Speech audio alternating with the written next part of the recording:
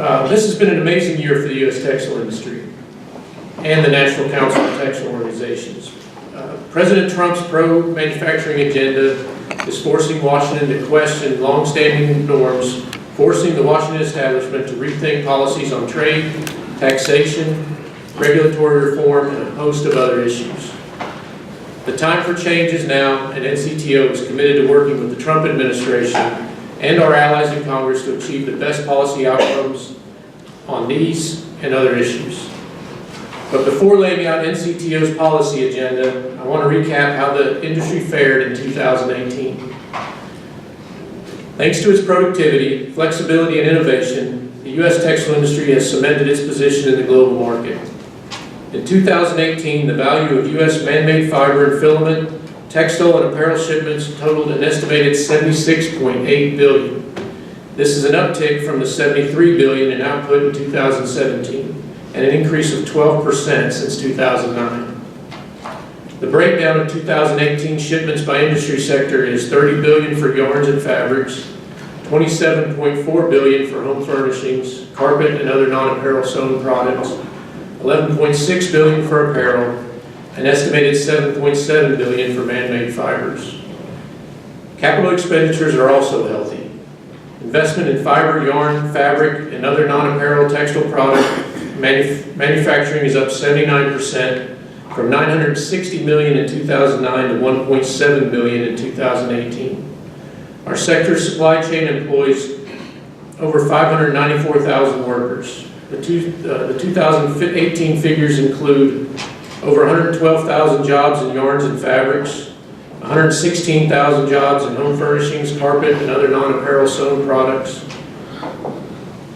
almost 113,000 jobs in apparel manufacturing, 25,100 jobs in man-made fibers, 126,553 jobs in cotton farming and related industry, and over 101,000 jobs in wool growing and related industry.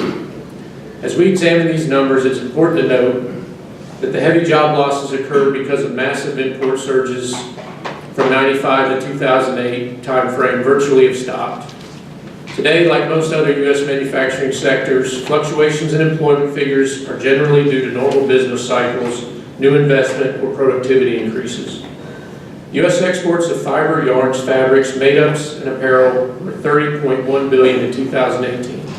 This is a 5.4% increase in export performance over the $28.6 billion figure for 2017. Shipments to NAFTA and CAFTA-DR countries accounted for 47.5% of all U.S. textile supply chain exports. The breakdown looks like this: $6.7 billion cotton and wool, $4.4 billion yarns, $9.1 billion fabrics, $3.8 billion in home furnishings, carpet, and other non-apparel sewn products, and $6.1 billion in apparel. The United States is especially well positioned globally in fiber, yarn, fabric, and non-apparel sewn product markets. It was the world's second largest individual country exporter of those products in 2018. The most important U.S. export markets by region are $11.7 billion to the USMCA, $3.5 billion to the CAFTA-DR, $2.8 billion to Asia, $2.7 billion to Europe, and $2.8 billion to the rest of the world. Focusing solely on America's $19.7 billion in manufactured fiber, yarn, and fabric exports, the countries buying the most products are $4.4 billion to Mexico, $2.1 billion in Canada, $1.6 billion in China, $1.5 Vietnam, and $1.4 in Honduras. The numbers show that the fundamentals for the U.S. textile industry are sound. This is true even though some markets for U.S. textiles and apparels were soft last year. For the most part, any sluggishness was due to factors beyond control, such as disruption in the retail sector caused by the shifting of sales from brick and mortar outlets to the internet. With that said, the U.S. textile industry's commitment to capital reinvestment and a continued emphasis on quality and innovation make it well positioned to adapt to market changes and take advantage of opportunities as 2019 moves along. For decades, U.S. policy systematically undervalued the importance of domestic manufacturing, and President Trump is right that this has hurt America. Consequently, NCTO fully endorses President Trump's macro policy objectives of reshoring industry, fighting for free but fair trade, enforcing U.S. trade laws, making the U.S. tax code more competitive, buying American, cutting unnecessary regulation, revitalizing infrastructure, ensuring cheap energy, and fixing health care. On trade, NCTO agrees with President Trump that U.S. trading relationships must be rooted in fairness and reciprocity to benefit a broad swath of American society. America's most important trading relationship is NAFTA, a pillar upon which the U.S. Western Hemisphere textile supply chain is built. At $11.7 billion combined, Mexico and Canada are the U.S. textile industry's largest export markets. Moreover, Mexico provides vital garment assembly capacity that the United States lacks at this time. While strongly supporting the free trade structure established under NAFTA, NCTO also firmly agreed with President Trump's desire to improve the terms of the original agreement. Specifically, NCTO advocated for the following improvements as part of the NAFTA renewal negotiation. Maintain yarn forward as a fundamental rule of origin for our sector. Eliminate tariff preference levels, TPLs, on apparel, non-apparel sewn products, fabrics, and yarn. Require use of NAFTA origin components beyond the essential character of the fabric, including sewing thread, pocketing, and narrow elastics. Strengthen Buy American laws for Department of Homeland Security textiles and clothing by closing the Kissel Amendment loophole for Canada and Mexico. And also strengthen customs enforcement. We are pleased that the majority of our stated objectives were accomplished in the agreement reached between the parties late last year under what has come to be known as the United States-Mexico-Canada Agreement, especially the fact that the basic yarn forward rule was preserved as the origin requirement for duty-free treatment. In addition, the USMCA represents a demonstrative improvement for U.S. manufacturers of component parts such as thread, pocketing, narrow elastics, and coated fabrics. These items will have stronger origin requirements under the new agreement and will certainly boost sales to North American customers. The USMCA will also close the Kissel loophole for Transportation Security Administration contracts.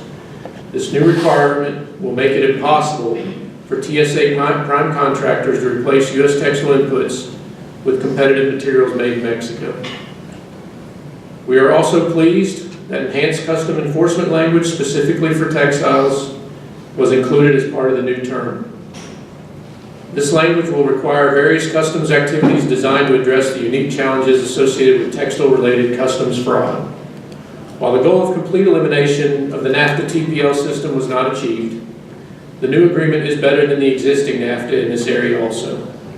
A number of the NAFTA TPLs will experience a reduction from their current levels, especially in the case of Canada. Some of these reductions are sizable. Finally, there is an important fundamental objective that was achieved with the finalization of the agreement between the three countries. When the United States first announced its intention to renegotiate NAFTA, there was overwhelming input from NCTO members that dismantling of NAFTA or a significant dilution of the yarn forward rule of origin would be disastrous. These fears were driven by the critical need to preserve the nearly $12 billion in current U.S. textile exports to our NAFTA partners. With the conclusion of a successful negotiation, these fears have now largely been abated. The achievement of these goals has led NCTO to formally endorse UMCA and to ask our congressional representatives to vote for its adoption this year. The Trump administration's Section 301 trade case against China's intellectual property abuses is another issue that has been a high degree of activity over the past year. In response to China's trade distortion practices, the United States has imposed penalty tariffs on 3 tranches or groupings of products to date, targeting a total of $250 billion in U.S. imports from China. While NCTO is highly supportive of the initiation of a 301 case against China, and we applaud the President for finally tackling China's illegal trade practices, some products selected have negatively impacted our membership. Examples include dyes and chemicals used in textile manufacturing processes, which have resulted in increased production costs.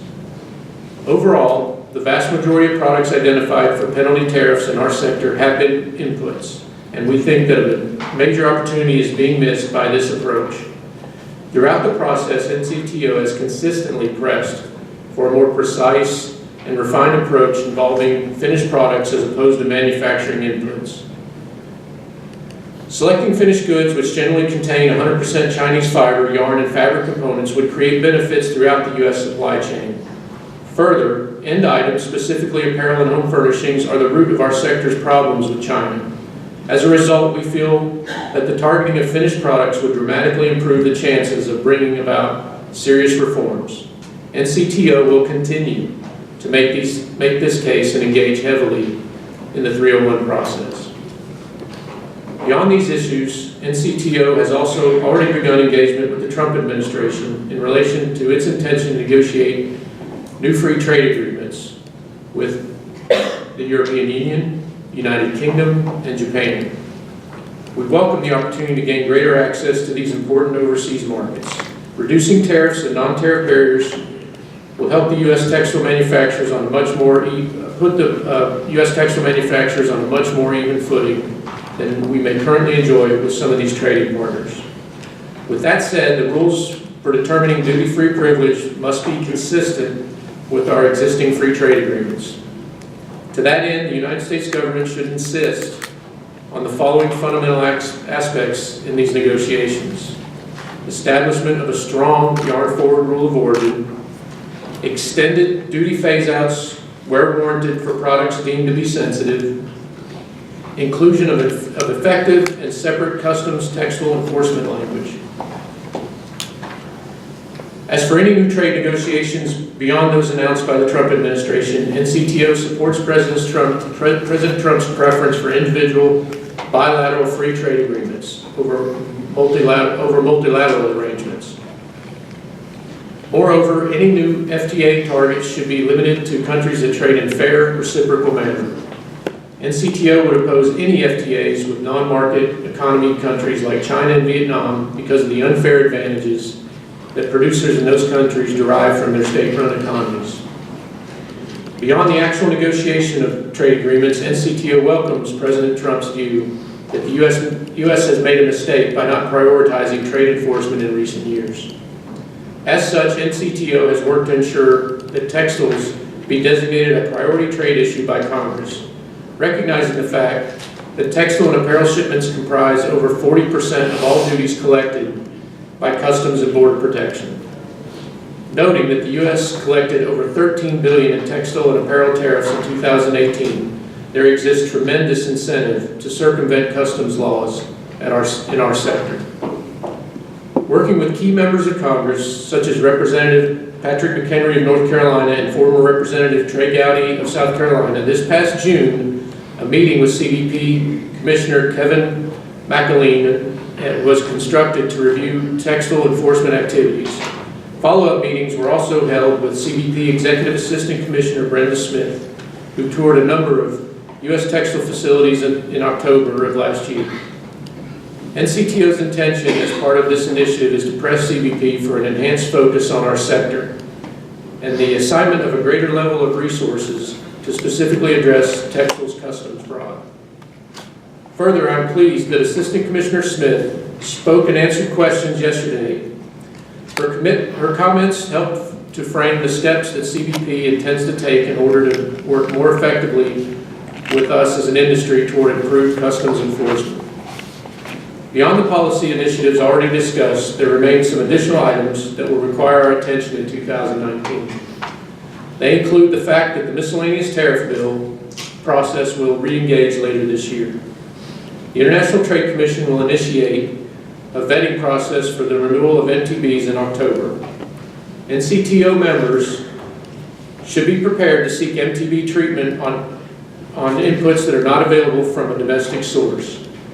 Members should also be prepared to oppose MTB requests for items that would undermine your U.S. production and employment. Further, NCTO will be expressing opposition to the inclusion of finished products.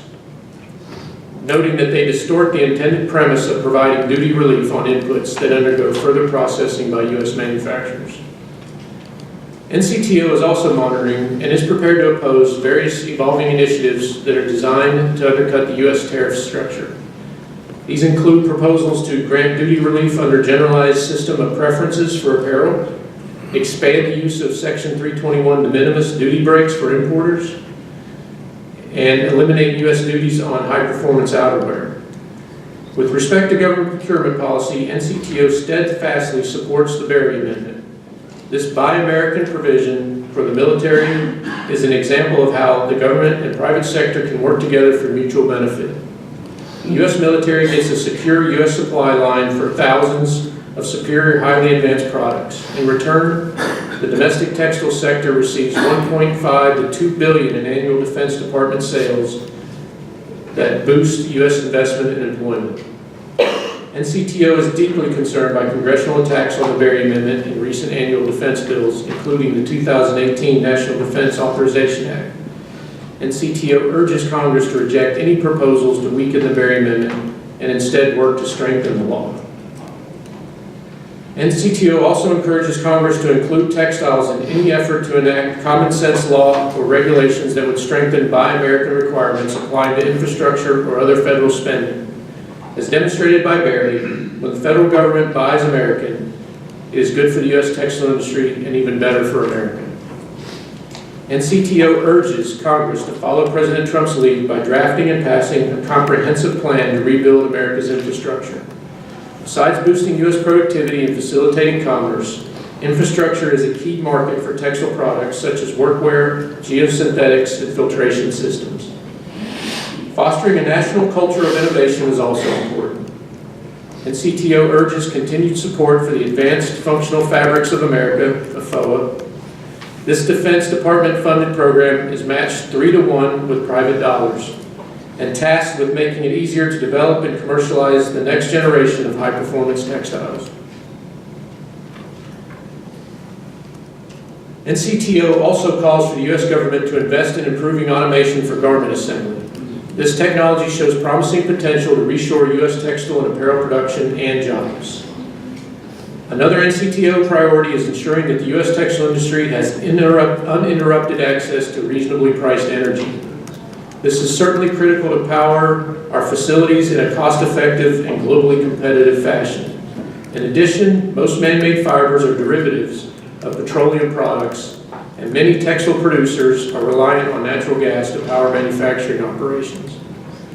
Noting this, NCTO supports construction of expanded oil and gas pipeline capacity to keep energy prices low. Finally, the U.S. textile industry must acknowledge its workforce is aging, making the recruitment of new talent a priority. U.S. companies must continue to forge links with local and state leaders and educators to make sure government policy nurtures a labor pool both adequate in size and well prepared to succeed in a competitive global economy. There are also matters of focus beyond strict policy issues. 1 year ago, we initiated a merger with the American Fiber Manufacturers Association, a fellow trade association representing domestic manufacturers of man-made fibers. I am pleased to report that the merger has been highly successful. From NCTO's perspective, the merger with AFMA helped to add new members, financial resources, and extend NCTO's political reach. It also solidified NCTO's status as the policy voice of every facet of the U.S. textile production chain. From the perspective of former AFMA members, the merger has preserved a seat at the federal policy table for the multi-billion-dollar U.S. man-made fiber sector. In terms of membership recruitment as a whole, NCTO enjoyed a superlative year. A total of 22 new companies joined NCTO's membership rolls for the first time. In addition, 3 companies who were not members in our most recent fiscal year rejoined NCTO's membership. This past year, we also continued NCTO's American Textiles We Make Amazing campaign, which is helping to rebrand the U.S. textile sector's image. America's textile industry is world-class thanks to leveraging the most cutting-edge production processes, investing in the best machinery, and leading in sustainability and innovation.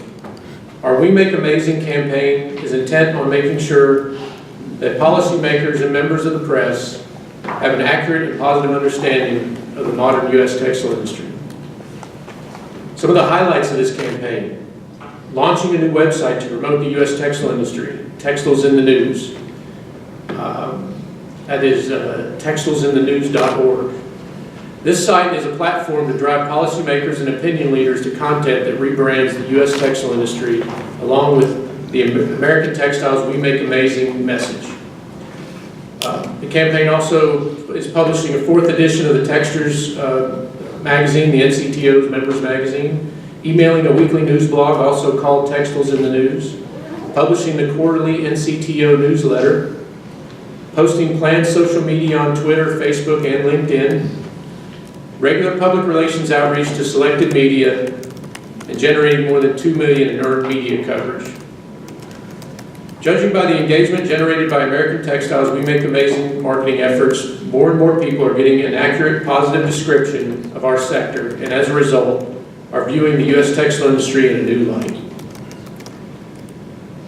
Although the U.S. textile industry is world-class, it cannot afford to rest. There will always be intense and sometimes unfair competition from abroad, changing consumer demands, and inevitable economic downturns. As I've outlined, NCTO is involved in the policymaking process on all major matters affecting the entire textile production chain. This includes key international trade negotiations, congressional initiatives, federal procurement, and regulatory activity. However, good policy does not materialize from thin air, and NCTO must have the financial and political resources necessary to help build a stable and prosperous future for U.S. textile companies. In order to remain effective, NCTO must maintain the broadest possible membership. Doing so expands and strengthens our political footprint. Just as important, however, is the need for members to actively engage with Washington policymakers. There is no stronger or more accurate voice for sound economic and manufacturing policy than those who have invested their careers in the U.S. manufacturing sector. My year as chairman of NCTO has taught me that there are thousands of interest groups and entities seeking a choice position at the federal policy table. If we do not aggressively defend our business interests, those with different and often adverse agenda will gladly push our industry to the side. For the sake of our investments, our workers, and the communities that are so dependent on our continued viability, that is simply not a non-acceptable outcome. Fortunately, the Trump administration wants to spur manufacturing output and jobs. It is incumbent upon the U.S. textile industry to seize this generational opportunity to usher in a new era of growth. With so much at stake, I implore all members of NCTO to stay active in this indispensable association that is fighting to promote the interests of our industry here in Washington. I just want to thank everybody in this room for the opportunity to serve as chairman this past year. It really has been a true privilege and an honor for me to serve in this role. Now, that's the end of the State of the Union speech or State of the Industry speech, and I know